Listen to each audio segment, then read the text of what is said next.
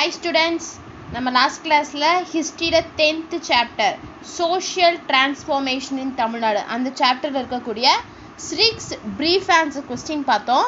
இன்றைக்கி கிளாஸில் நம்ம என்ன பார்க்க போகிறோன்னா அந்த சாப்டரில் இருக்கக்கூடிய 3 டீட்டெயில் ஆன்சர்ஸ் தான் பார்க்க போகிறோம். ஸோ என்னென்னு பாருங்கள். Attempt and essay on the foundation and development of Tamil renaissance in the 19th century.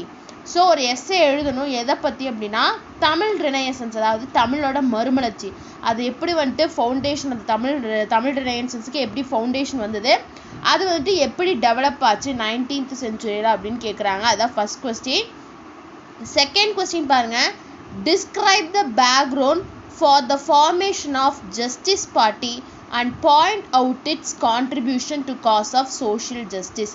So justice பார்ட்டியோட ஃபார்மேஷன், அதை வந்துட்டு எப்படி ஃபார்ம் ஆச்சு அதை எழுதுங்க, அதோட பேக்ரவுண்ட் என்ன. நெக்ஸ்ட்டு அது கான்ட்ரிபியூஷன், அதாவது சோஷியல் ஜஸ்டிஸ், சமுதாயத்துக்கு வந்துட்டு அது என்ன கான்ட்ரிபியூட் பண்ணுச்சு, ஸோ சோஷியல் ஜஸ்டிஸுக்கு வந்துட்டு அது என்ன கான்ட்ரிபியூட் பண்ணுச்சு அப்படின்னு கேட்குறாங்க. இதுதான் செகண்ட் கொஸ்டின். தேர்ட் ஒன் பாருங்கள். Estimate Periyar EVR's decisive contribution to social transformation of Tamil Nadu. So Periyar, அதாவது ஈவேரா சொல்கிறவங்கள, அவரோட பெரியாரோட கான்ட்ரிபியூஷன், அதாவது தமிழ்நாட்டில் இருந்த சோஷியல் டிரான்ஸ்ஃபார்மேஷனுக்கு இந்த பெரியாரோட கான்ட்ரிபியூஷன் என்ன, அதை எஸ்டிமேட் பண்ணி எழுதுங்கன்னு கேட்குறாங்க. ஸோ இந்த 3 டீட்டெயில் ஆன்சர்ஸ் தான் நம்ம இன்றைக்கி பார்க்க போகிறோம். So first question, attempt and essay on the foundation and development of Tamil renaissance in 19th century. So இதோட ஆன்சர் இங்கே இருக்குது.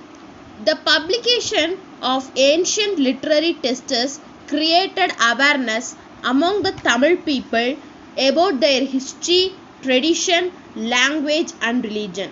ஸோ பப்ளிகேஷன், அதாவது ஏன்ஷியன்ட், அதாவது பழங்காலத்து அந்த ஒரு மொழிகளை வந்துட்டு லிட்ரரி ஒர்க்ஸை வந்துட்டு கண்டுபிடிச்சனால அது வந்துட்டு அவேர்னஸை க்ரியேட் பண்ணுச்சு பீப்புள்ஸ்க்கு, அதாவது தமிழ் பீப்புளுக்கு இடையில ஒரு அவேர்னஸை க்ரியேட் பண்ணுச்சு. என்ன அவேர்னஸ்னால், அவங்க தமிழ் பீப்புளோட அவங்களோட ஹிஸ்ட்ரி என்ன, அவங்களோட ட்ரெடிஷன் என்ன, அவங்க ஃபாலோ பண்ண தமிழ் லாங்குவேஜோட வரலாறு என்ன, ஹிஸ்ட்ரி என்ன, அவங்களோட ரிலீஜன் என்ன, ஸோ இதில் எல்லாத்துலேயுமே வந்துட்டு அவங்க அவேர் ஆனாங்கன்னு சொல்கிறாங்க. அதான் சொல்கிறாங்க the publication of ancient literary texts, அதாவது ஒரு குறிப்பிட்ட லாங்குவேஜோட பழங்காலத்து அதை வந்துட்டு எப்போ தோன்றுச்சு, அது எப்போ வந்துட்டு வந்ததுன்னு அந்த டெஸ்டஸ் வந்துட்டு, அதை எடுத்துக்கூடிய அந்த டெஸ்ட் வந்துட்டு ரிசர்ச் வந்துட்டு தமிழ் பீப்புள் கிட்ட அவேர்னஸை க்ரியேட் பண்ணுச்சு.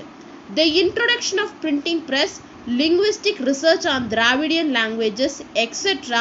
underpinned the process of Tamil Renaissance. So Tamil ரெனேசன்ஸுக்கு வந்துட்டு இந்த பிரிண்டிங் ப்ரெஸ் எல்லாம் இன்ட்ரோடியூஸ் ஆன பிறகு, அப்புறம் திராவிடியன் லாங்குவேஜஸ் வந்துட்டு அதில் நிறைய ரிசர்ச் பண்ணி அதில் இருக்கக்கூடிய விஷயங்கள், அதோட ஹிஸ்ட்ரி எல்லாம் தெரிஞ்சுக்கிட்டது வந்துட்டு இந்த தமிழ் ரெனேசன்ஸ் ப்ராசஸுக்கு வந்துட்டு ஒரு காரணமாக இருந்தது அப்படின்னு சொல்கிறாங்க. ஸோ நெக்ஸ்ட் பாருங்கள். Printing technology. Tamil was the first non-European language that went for print. அதாவது வந்துட்டு பிரிண்டிங் ப்ரெஸ்ஸில் ஃபஸ்ட்டாக நான்-யூரோப்பியன் லாங்குவேஜ் அப்படின்னா யூரோப் காண்டினென்ட்டில், அதாவது பிரிட்டன், ஃப்ரெஞ்ச், டச், அவங்களோட லாங்குவேஜஸ் மட்டும்தான் வந்துட்டு பிரிண்டிங்க்கு வந்துட்டு இந்த பிரிண்ட் டெக்னாலஜிக்கு போயிட்டு இருந்தது. ஃபஸ்ட்டு நான்-யூரோப்பியன் லாங்குவேஜ், ஸோ அந்த யூரோப் காண்டினென்ட்டோட லாங்குவேஜ் இல்லாமல் ஃபஸ்ட்டாக பிரிண்ட்டுக்கு போன லாங்குவேஜ் எதுன்னு பார்த்தீங்கன்னா நம்மளோட தமிழ் லாங்குவேஜ் தான். As early as in 1578, a Tamil book, Thambiran Vanakkam, was published from Goa. So 1578ல ஒரு தமிழ் புக்கை வந்துட்டு பப்ளிஷ் பண்ணுறாங்க. அந்த புக்கு பேர் என்னன்னு பார்த்தீங்கன்னா தம்பிரன் வணக்கம் அப்படிங்கிறது. அது எங்கேருந்து பப்ளிஷ் பண்ணுறாங்கன்னா கோவாலேருந்து பப்ளிஷ் பண்ணுறாங்க. In 1709, a full-fledged printing press had been established thanks to Zienbalg in Trangberg. So வந்துட்டு 1709 வந்துட்டு ஒரு ஃபுல்-ஃப்ளெஜ்டு, அதாவது ஃபுல்லாக நல்லா வெல் ஃபினிஷ்டான ஒரு பிரிண்டிங் ப்ரெஸ்ஸை வந்து நம்ம எஸ்டாப்ளிஷ் பண்ணுறோம். அது யாருக்கு அது தேங்க் பண்ணணும்னா ஜென்கல்பர்க் அப்படிங்கிறவர், வந்து ட்ராங்பர்கை சேர்ந்தவர், அவருக்கு வந்து நம்ம தேங்க் பண்ணுறோம்.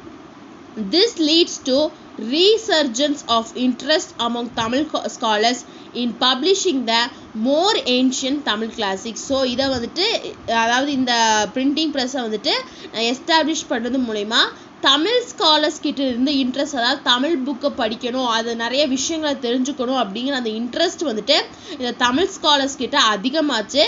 ஸோ நிறையா நம்மளோட ஏன்ஷியன்ட் தமிழ் கிளாசிக், அதாவது சிலப்பதிகாரம், மணிமேகலை, இந்த மாதிரி புக்ஸை எல்லாத்தையுமே வந்துட்டு நிறையா பப்ளிஷ் பண்ண ஆரம்பித்தாங்கன்னு சொல்கிறாங்க.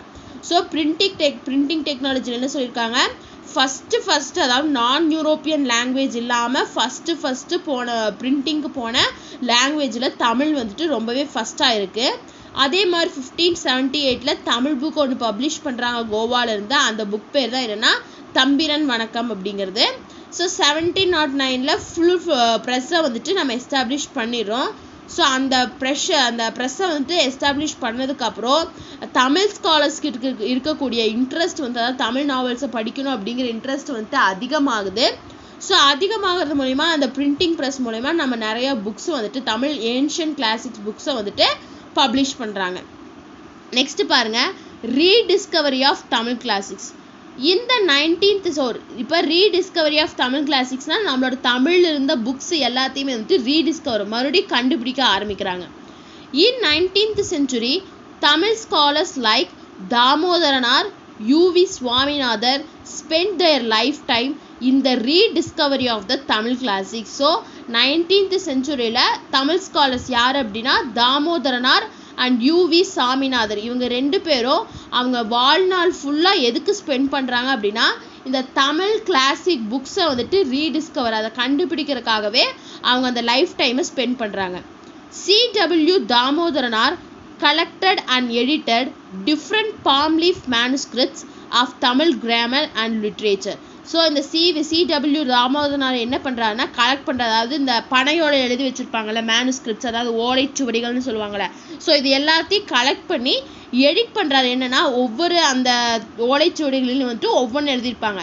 ஸோ அது எல்லாத்தையும் கலெக்ட் பண்ணி அதை ஒன்றா எடிட் பண்ணுறாரு. அந்த ஓலைச்சுவடியில் எதை பற்றி இருக்குன்னா தமிழ் கிராமரை பற்றியும் லிட்ரேச்சர் பற்றியும் இருக்குது. அதை எல்லாத்தையும் இவர் எடிட் பண்ணுறாரு.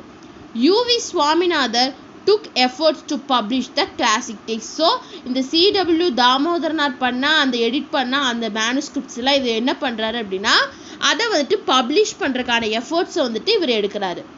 The rediscovery of ancient classics and their publication is considered as the foundation for Tamil Renaissance. So Tamil ரினையன்ஸோட ஃபவுண்டேஷன் அப்படின்னு பார்க்கும்போது ரீடிஸ்கவரி, அதாவது ஏன்ஷியன்ட் கிளாசிக் அதோட அதாவது இந்த ஏன்ஷியன்ட் தமிழ் நாவல்ஸ் எல்லாம் வந்துட்டு ரீடிஸ்கவர் பண்ணி அதை பப்ளிஷ் பண்ணது தான் வந்துட்டு இந்த தமிழ் ரினைசன்ஸுக்கு வந்துட்டு ஒரு ஃபவுண்டேஷனாக இருக்குது அப்படின்னு சொல்கிறாங்க. ஸோ இதான் வந்துட்டு rediscovery of Tamil classics.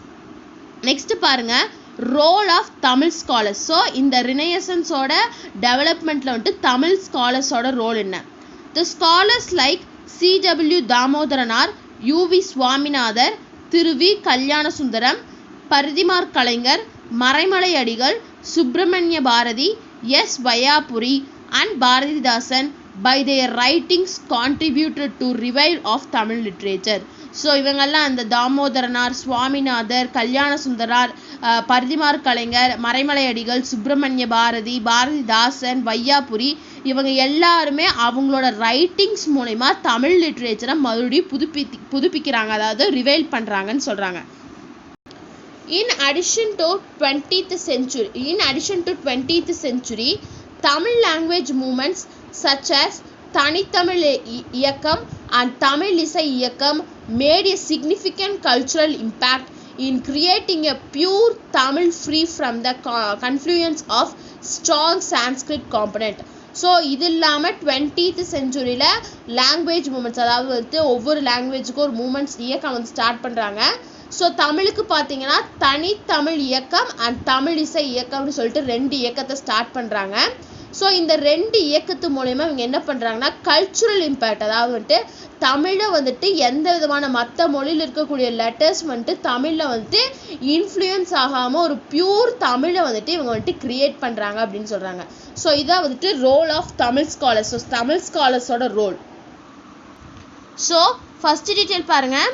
First வந்துட்டு பீப்புள் வந்துட்டு அவேர் ஆகுறாங்க.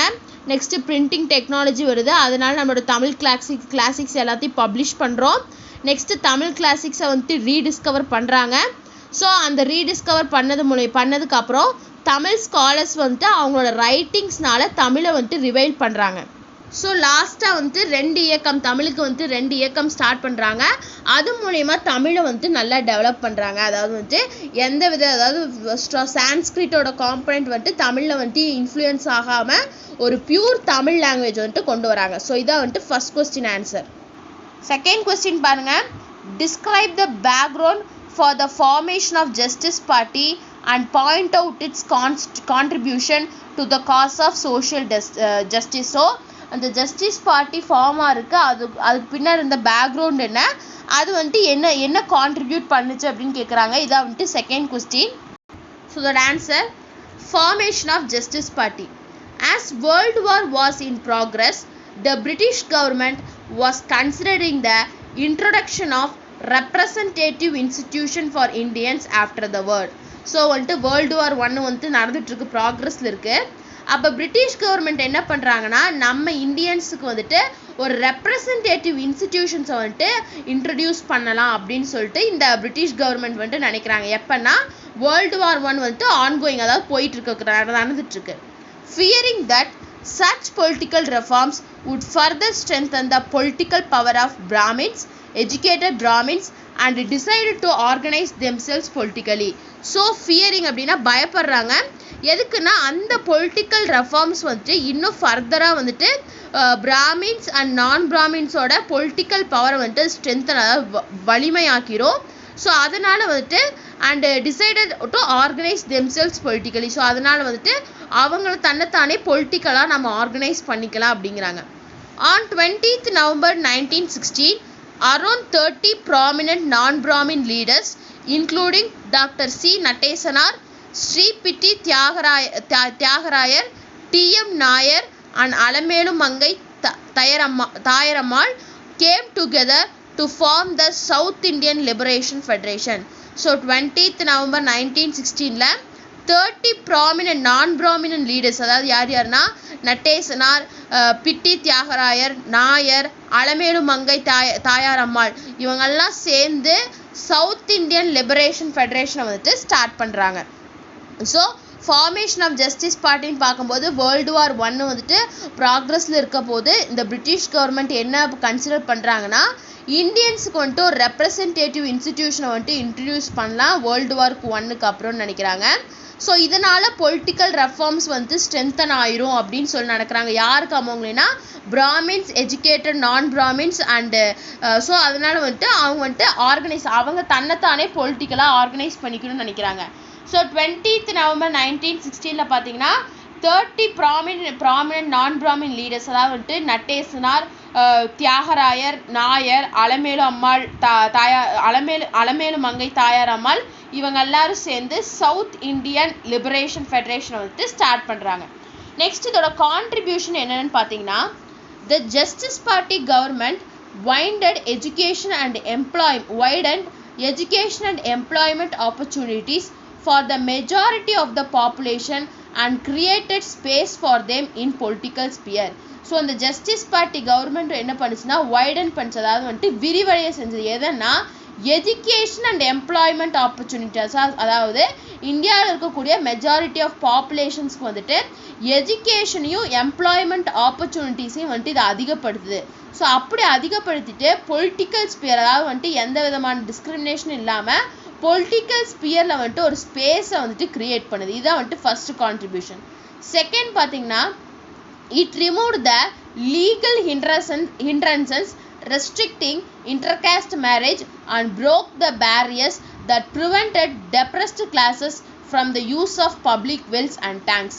ஸோ இது என்ன, இந்த ஜஸ்டிஸ் பார்ட்டி வந்துட்டு எதை ரிமூவ் பண்ணுதுன்னு பார்த்தீங்கன்னா, லீகல் ஹிண்ட்ரன்சஸ், அதாவது சட்டப்பூர்ணமாக அவங்க வந்துட்டு இதை பண்ணக்கூடாது, அது தடை அப்படின்னு சொல்கிறாங்க, அது எல்லாத்தையுமே வந்துட்டு ரிமூவ் பண்ணுது.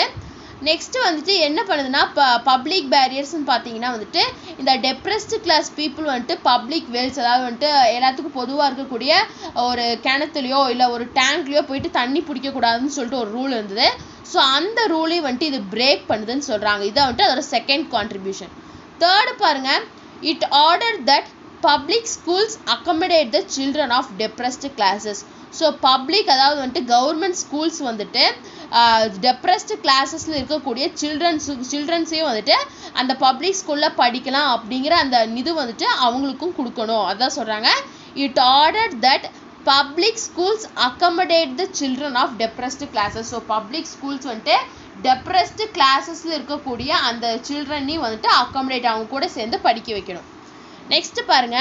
The Madras legislature under the Justice Party government was the first to approve participation of women in the electoral politics in 1921.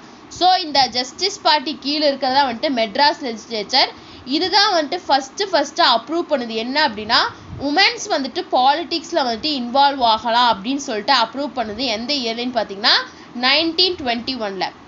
2 communal government orders 16th September 1921 and 15th August 1922 were passed to ensure equitable distribution in appointments among various castes and the communities. So 2 communal government orders வந்துட்டு September 1921 and August 1922 கொண்டு வந்தாங்க, pass பண்ணாங்க. இதில் என்ன சொல்கிறாங்கன்னா எந்த விதமான caste and community base பண்ணி இனி வந்துட்டு அந்த எம்ப்ளாய்மெண்ட் ஆப்பர்ச்சுனிட்டிஸ் இருக்காது. எந்த கம்யூனிட்டியாக இருந்தாலும் சரி இல்லை எந்த கேஸ்ட்டாக இருந்தாலும் சரி அவங்களுக்கு வந்துட்டு ஈக்குவலான ஒரு ஆப்பர்ச்சுனிட்டி வந்துட்டு எல்லாத்துக்குமே கிடைக்கும் அப்படிங்கிறாங்க. இது 5th கான்ட்ரிபியூஷன். 6th பார்த்தீங்கன்னா it introduce the Hindu religious endowment act in 1926. So இதை ஜஸ்டிஸ் பார்ட்டி தான் வந்துட்டு இன்ட்ரடியூஸ் பண்ணுறாங்க. என்னென்னா ஹிந்து ரிலீஜியஸ் என்டோமெண்ட் ஆக்டை வந்துட்டு 1926 வந்துட்டு இன்ட்ரடியூஸ் பண்ணுறாங்க.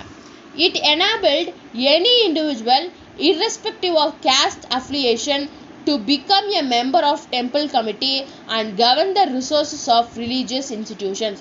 ஸோ அந்த ஹிந்து என்டோமெண்ட் ஆக்ட் படி ஹிந்து ரிலீஜியஸ் என்டோமெண்ட் ஆக்ட் படி என்னென்னா எந்த ஒரு இண்டிவிஜுவல்ஸ், அதாவது எந்த விதமான கேஸ்ட் டிஸ்கிரிமினேஷன் இல்லாமல் எந்த ஒரு இண்டிவிஜுவலும் வந்துட்டு டெம்பிள் கமிட்டியில் ஒரு மெம்பராக இருந்து அந்த டெம்பிளோட ரிசோர்ஸஸை வந்துட்டு அதாவது ப்ரொடெக்ட் பண்ணலாம் அப்படிங்கிற அந்த ரைட் வந்துட்டு கொடுக்குறாங்க. ஸோ இதுதான் வந்துட்டு contribution of justice Party. So first வந்துட்டு ஜஸ்டிஸ் பார்ட்டி வந்துட்டு எப்படி ஃபார்ம் ஆகுதுன்னு பார்த்தோம். நெக்ஸ்ட் அதோட கான்ட்ரிபியூஷன், அதாவது 7 கான்ட்ரிபியூஷன்ஸ் இருக்குது. இந்த 7 கான்ட்ரிபியூஷன்ஸும் ரொம்ப ரொம்ப இம்பார்ட்டன்ட். ஸோ இதான் வந்துட்டு second question answer. Third question பாருங்கள். Estimate Periyar EVR decisive contribution to the social transformation of Tamil Nadu. So social transformation of தமிழ்நாட்டுக்கு பெரியாரோட கான்ட்ரிபியூஷன் என்ன, அதை எஸ்டிமேட் பண்ணுங்க அப்படின்னு கேட்குறாங்க. இதான் வந்துட்டு தேர்ட் கொஸ்டின். ஆன்சர் இங்கே இருக்கு. Periyar EV Ramaswamy was the founder of self respect movement in 1925. So Periyar இந்த EV ராமசாமி தான் வந்துட்டு ஃபவுண்டர், அதாவது சுய மரியாதை இயக்கம், செல்ஃப் ரெஸ்பெக்ட் மூமெண்ட். அதுக்கு ஃபவுண்டர் யாருன்னு பார்த்தீங்கன்னா இந்த பெரியார் தான். எந்த வருஷத்தில் அதை ஆரம்பித்தாங்க அப்படின்னா 1925. His selfless public service and forthrightness made him a popular personality. So அவரோட செல்ஃப்லெஸ் பப்ளிக் சர்வீஸ், அதாவது எந்த விஷயத்தையும் அவர் செல்ஃபாக தனக்குன்னு இல்லாமல் பப்ளிக்குக்காக நிறைய சர்வீஸ் பண்ணார். அதுவும் அவரோட அவரோட கரேஜும் தான் வந்துட்டு பீப்புள்ஸ் கிட்ட வந்துட்டு ஒரு பாப்புலர் பர்சனாலிட்டியாக கொண்டு வந்தது. He launched anti-Hindi agitation movement for the opposition to introduce compulsory Hindi in schools. So அவர் வந்துட்டு என்ன லான்ச் பண்ணுறாருன்னா ஆன்டி ஹிந்தி அகிடேஷன் மூமெண்ட் அப்படின்னு ஒன்று ஸ்டார்ட் பண்ணுறாரு. எந்த இயர்லினா 1937 to 1939. இந்த மூமெண்ட்டில் என்ன இந்த மூமெண்ட்டுக்கு எதுக்காக அப்படின்னா அப்போ வந்துட்டு ஹிந்தி அப்படிங்கிறது வந்துட்டு ஸ்கூல்ஸில் வந்துட்டு ஒரு கம்பல்சரி சப்ஜெக்டாக இருந்தது. ஸோ அதுக்கு ஆப்போசிட்டாக எகெயின்ஸ்டாக வந்துட்டு இவர் வந்துட்டு ஆன்டி ஹிந்தி அகிடேஷன் மூமெண்ட்டை ஸ்டார்ட் பண்ணுறாரு. ஸோ பெரியார் ஈவே ராமசாமின்னு பார்க்கும்போது he was the founder of self-respect movement in 1925. His selfless public service and courage, braveness made him a popular personality among people. He launched anti-Hindi agitation movement against the introduction of compulsory Hindi language in schools. So இதான் வந்துட்டு Periyar EVR. Next Periyar on religion. So ரிலீஜனுக்கு பெரியார் என்ன பண்ணார்? Periyar's experiences taught him that it was necessary to eradicate religion in order to impart progress and justice. So பெரியாரோட எக்ஸ்பீரியன்ஸை பொறுத்த வரைக்கும் அவர் என்ன தாட் பண்ணார்னா, இது ரொம்பவே இம்பார்ட்டன்ட். அதாவது வந்துட்டு ரிலீஜன் அப்படிங்கிறத வந்துட்டு நம்ம எராடிகேட் பண்ணணும். எராடிகேட் பண்ணுறது மூலயமா நம்ம வந்துட்டு ப்ராக்ரஸ், அதாவது வந்துட்டு நம்மளோட கண்ட்ரியோட டெவலப் ப்ராக்ரஸ் நல்லா இருக்கும், அதே மாதிரி ஜஸ்டிஸும் வந்துட்டு கரெக்டாக இருக்கும் அப்படின்னு அவர் நினைக்கிறாரு. Periyar wanted religion to be replaced by rationalism. So Periyar வந்துட்டு ரிலீஜன் அப்படிங்கிறது வந்துட்டு இந்த ரேஷனலிசத்தினால நம்ம வந்துட்டு ரீப்ளேஸ் பண்ணணும் அப்படிங்கிறாங்க. Religion means you accept superstitious beliefs he assert. So religion அப்படிங்கிறது என்ன சொன்னார்னா, அக்செப்ட் சூப்பர்ஸ்டிஷியஸ் பிலீஃப்ஸ், அதாவது வந்துட்டு நம்மளோட பிலீஃப், அதாவது வந்துட்டு சொல்லுவாங்கள்ல இதெல்லாம் பண்ணக்கூடாது, நம்மளோட மூட நம்பிக்கைன்னு சொல்லுவாங்க, அதான் வந்துட்டு சூப்பர்ஸ்டிஷியஸ் பிலீஃப்ஸ். ஸோ ரிலீஜ் அப்படிங்கிறது வந்துட்டு இவரை பொறுத்த வரைக்கும் என்ன அப்படின்னா ஒரு சூப்பர்ஸ்டிஷியஸ் பிலீஃப், அதாவது மூட நம்பிக்கை. Periyar spent his entire life campaigning against superstition through thinkers or rationalist fronts he had formed. Periyar objected to the hereditary priesthood in temples. So Periyar என்ன பண்ணார், அவரோட என்டையர் லைஃப் டைமை எதுக்காக இது பண்ணார்னா இந்த சூப்பர்ஸ்டிஷியஸ் பிலீஃப்ஸுக்கு எகெயின்ஸ்டாக அவர் இது பண்ணார். அதே மாதிரி இவர் எதை ஆப்ஜெக்ட் பண்ணாருன்னு பார்த்தீங்கன்னா ஹெரிடிட்டரி பெரிஸ்ட்ஹுட், அதாவது வந்துட்டு டெம்பிள்ஸில் வந்துட்டு ஒருத்தர் தர்மஹர்த்தாவாக இருக்காருன்னா அவருக்கு அடுத்து வரக்கூடிய அவரோட ஹெரிடிட்டரி அவங்க வம்சாவளி வந்தவங்க மட்டும்தான் அது அப்படி இருக்கணுங்கிற ஒரு இது இருந்தது. அதை வந்துட்டு இவர் ஆப்போஸ் பண்ணுறாரு. He encouraged the people to boycott the Brahmin priest and their Vedic ritual. So இப்போ என்ன சொன்னார், இவர் என்ன என்கரேஜ் பண்ணார்னா பீப்புளை பாய்காட், அதாவது புறக்கணிக்கிறாங்க, அதாவது பிராமின்ஸ் மட்டும்தான் ஒரு கோயிலில் வந்துட்டு பூஜை பண்ணணும் அப்படின்னு இல்லை, அவங்களோட வேதிக் ரிச்சுவல்ஸ் எல்லாத்தையுமே வந்துட்டு இவர் பாய்காட் பண்ணுறாரு. இப்போ வந்துட்டு ஒரு கோயில் பார்த்திங்கன்னா அங்கே பிராமின் ரிச்சுவல்ஸ், அதாவது பிராமின்ஸ் மட்டுமே வந்துட்டு பூஜை பண்ண மாட்டாங்க, நம்மளோட எந்த கேஸ்டாக இருக்கவங்களும் வேணால் அந்த சுவாமிக்கு வந்துட்டு பூஜை பண்ணலாம் அப்படிங்கிறது இவர் சொன்னார். He advocated intercaste and self-respect marriages devoid of any such rituals. So இவர் என்ன அட்வொகேட் பண்ணுறாருன்னா இன்டர்கேஸ்ட் மேரேஜ், அதாவது வந்துட்டு வெவ்வேறு கேஸ்ட்டை சேர்ந்தவங்க மேரேஜ் பண்ணிக்கலாம், அதே மாதிரி செல்ஃப் ரெஸ்பெக்ட் மேரேஜ், அதாவது வந்துட்டு எந்த விதமான ரிச்சுவல்ஸும் இல்லாமல் மேரேஜ் பண்ணிக்கலாம். ஸோ அதை வந்துட்டு இவர் வந்துட்டு அட்வொகேட் பண்ணுறாரு. நெக்ஸ்ட் பாருங்க, Periyar a feminist. Periyar condemned child marriage and the devadasi system. So Periyar வந்துட்டு சைல்டு மேரேஜ் அண்ட் தேவதாசி சிஸ்டத்துக்கு ஒரு கண்டம் பண்ணுறாரு, அதாவது வந்துட்டு அதை எதிர்க்கிறாரு. He had been emphasizing women's right to divorce and property and objected to giving in marriage. So இவர் எதை எம்பசைஸ் எதாவது ஊக்குவிக்கிறாரு அப்படின்னா உமன்ஸோட ரைட், அதாவது வந்துட்டு அவங்களுக்கு அந்த வாழ்க்கை பிடிக்கல அப்படின்னா அவங்க டைவர்ஸ் பண்ணிடலாம், அதே மாதிரி ப்ராப்பர்ட்டி வந்துட்டு அவங்களுக்கு ஃபுல் ரைட்ஸ் இருக்குங்கிற அந்த ரைட்டை வந்துட்டு எம்பசைஸ் பண்ணுறாரு. He welcomed equal rights for males and females in property, guardianship and adoption. So வந்துட்டு இவர் எதை வெல்கம் பண்ணுறாருனா மேல் ஆகட்டும் ஃபீமேல் ஆகட்டும் அவங்களுக்கு வந்துட்டு ஈக்குவல் ரைட்ஸ் இருக்குது, அதாவது ப்ராப்பர்ட்டி ஆகட்டும் இல்லாட்டி கார்டியன்ஷிப் ஆகட்டும் இல்லாட்டி ஒரு அடாப்ட் பண்ணுறதாகட்டும் எல்லாத்துலேயுமே வந்துட்டு மேல்ஸ் அண்ட் ஃபீமேல்ஸ்க்கு வந்துட்டு ஈக்குவல் ரைட் இருக்குது அப்படின்னு சொல்லி இவர் சொல்கிறாரு. In 1989, Government of Tamil Nadu introduced the Hindu Succession Tamil Nadu Amendment Act of 1989, which ensured that equal rights to ancestral property for women inheritance. So வந்துட்டு 1989 வந்துட்டு தமிழ்நாடு கவர்மெண்ட் வந்துட்டு ஒரு இதை வந்துட்டு இன்ட்ரடியூஸ் பண்ணுறாங்க. என்ன ஆக்ட்னு பார்த்தீங்கன்னா Hindu succession Tamil Nadu amendment act 1918 அப்படின்னு சொல்லி 1989 இன்ட்ரடியூஸ் பண்ணுறாங்க. அந்த ஆக்ட் வந்துட்டு என்ன என்ஷூர் பண்ணுதுன்னா ஒரு ஃபீமேல் ஆகட்டும் உமன்ஸுக்கு வந்துட்டு ஒரு ஃபீமேலுக்கு வந்துட்டு அவரோட ஆன்செஸ்டர் ப்ராப்பர்ட்டியில் வந்துட்டு அதாவது வந்துட்டு அந்த வம்சத்தோட சொத்துல வந்துட்டு ஃபுல் ரைட்ஸ் இருக்குது, அவங்களுக்கு ஈக்குவல் ரைட்ஸ் இருக்குது, அவங்களுக்கும் வந்துட்டு ஈக்குவல் ஷேரை வந்துட்டு கொடுக்கணும் அப்படிங்கிறத வந்துட்டு இன்ட்ரடியூஸ் பண்ணுறாங்க. ஸோ இதுதான் வந்துட்டு பெரியார். ஸோ ஃபஸ்ட்டு பெரியார்னா யாருன்னு பார்த்தோம், ரிலீஜனுக்கு அவர் என்ன பண்ணியிருக்காரு, நெக்ஸ்ட் ஒரு ஃபெமினிஸ்டாக வந்துட்டு என்ன பண்ணியிருக்காருன்னு சொல்லி பார்த்தோம். ஸோ இதான் வந்துட்டு தேர்ட் கொஸ்டினோட ஆன்சர். ஓகே ஸ்டூடெண்ட்ஸ், நம்ம இந்த கிளாஸில் வந்துட்டு 3 டீட்டெயில் ஆன்சர்ஸும் பார்த்துட்டோம். ஸோ உங்களுக்கு இந்த டீட்டெயில் ஏதாச்சும் டவுட் இருந்தால் கமெண்ட் பண்ணுங்கள். இதோட வந்துட்டு இந்த வீடியோவோட உங்களோட ஹிஸ்ட்ரி சாப்டர் வந்துட்டு ஃபுல்லாக வந்துட்டு கவர் ஆகிடுச்சு. உங்களுக்கு ஒன்று பேலன்ஸ் வந்து எக்கனாமிக்ஸ் சாப்டர்ஸ் மட்டும் ஒரு 4 வீடியோஸ் நான் போடணும். ஸோ அதை வந்துட்டு நான் வரக்கூடிய சக்ஸஸிவ் கிளாஸஸில் நான் எடுத்துடுறேன். ஸோ உங்களுக்கு இந்த ஹிஸ்ட்ரியில் ஏதாச்சும் டவுட் இருந்தால் கமெண்ட் பண்ணுங்கள். இந்த வீடியோ கிளாஸ் பிடிச்சிருந்தா லைக் பண்ணுங்கள், ஷேர் பண்ணுங்கள், சப்ஸ்கிரைப் பண்ணுங்கள். தேங்க்யூ.